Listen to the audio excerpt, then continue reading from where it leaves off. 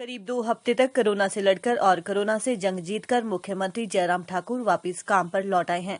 पहले ही दिन सचिवालय में मुख्यमंत्री ने कोविड-19 को लेकर अधिकारियों से बैठक की और सर्दी के मौसम में कोरोना के मामले ज्यादा न बढ़े, इसके लिए जरूरी दिशा निर्देश जारी किए गए। मुख्यमंत्री जयराम ठाकुर ने कहा कि देश में अब पहले के मुकाबले कोरोना के मामलों में कमी आई है। हिमाचल प्रदेश में भी ये आंकड़ा दिन प्रतिदिन नीचे आ रहा है। साथ ही प्रदेश में रिकवरी रेट भी बहुत अच्छा है, लेकिन फिर भी हमें अभी भी एहतियात बरतने की जरूरत है। डॉक्टर राजन सुशांत की पार्टी को लेकर पूछे गए सवाल पर मुख्यमंत्री ने कहा कि हिमाचल में इससे पहले भी कई पार्टियां आई और चली गई, इसलिए हिमाचल प्रदेश में तीसरे दल का कोई जनाधार नहीं रहा है, न ही आगे होगा। बाकी डॉक्टर राजन सुशांत के बारे में प्रदेश की जनता भली भांति जानती है। हिमाचल प्रदेश में गांजे को लेकर उद्धव ठाकरे के ट्वीट पर मुख्यमंत्री ने नाराजगी जाहिर की और कहा कि हिमाचल प्रदेश देवभूमि है, ऐसे में उद्धव ठाकरे का ये बयान दुर्भाग्यपूर्ण है। हमारी बैठक थी सभी डिप्टी कमिश्नर्स के साथ ही और मुझे इस बात को लेकर के संतोष है कि पिछले दिनों में लगातार कोविड का नंबर जो है पूरे देश भर में कम हुआ है। जहां एक बार 90,000 से ऊपर चला गया था पूरे देश भर में, वहां 45,000 तक आ गया। 50% का उसमें जो है वो डिक्रीज आया है।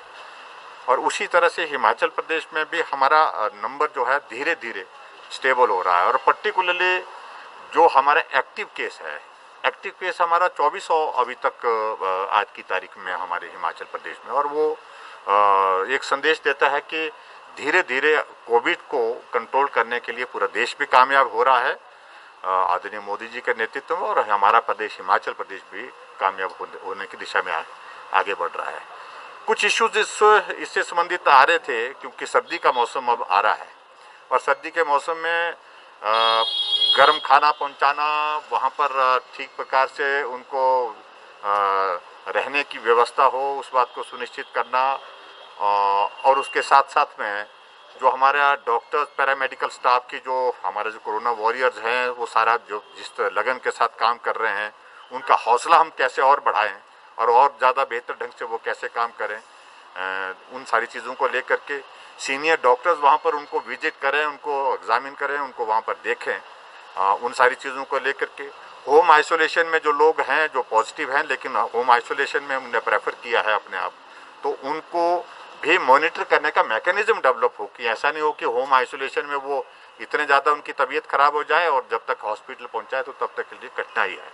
तो ऐसी बहुत सारी चीज़ों को लेकर के हमने आज डिस्कशन किया है। सब डिप्टी कमिश्नर ने सुझाव दिए हैं, जिसमें सारे मेडिकल कॉलेज के जो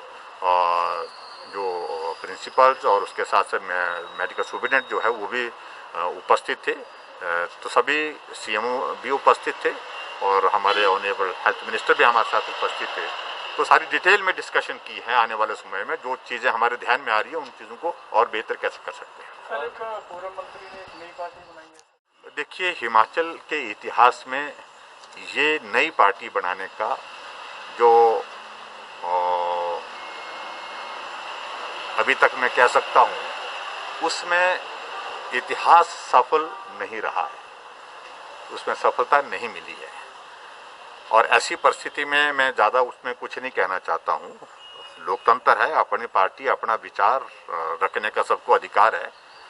वो जिन बातों को लेकर के बातें कहने की कोशिश कर रहे हैं और अच्छी तरह से लोग जानते हैं, बहुत करीबी से लोगों ने उनको जाना है, पहचाना है, और ऐसी दृष्टि में किस उत्साह के साथ वो सारी चीज़ें कर रहे हैं क्योंकि हिमाचल के इतिहास में तीसरे दल को कभी भी स्वीकार्यता मिली नहीं, बना तो वो चला नहीं।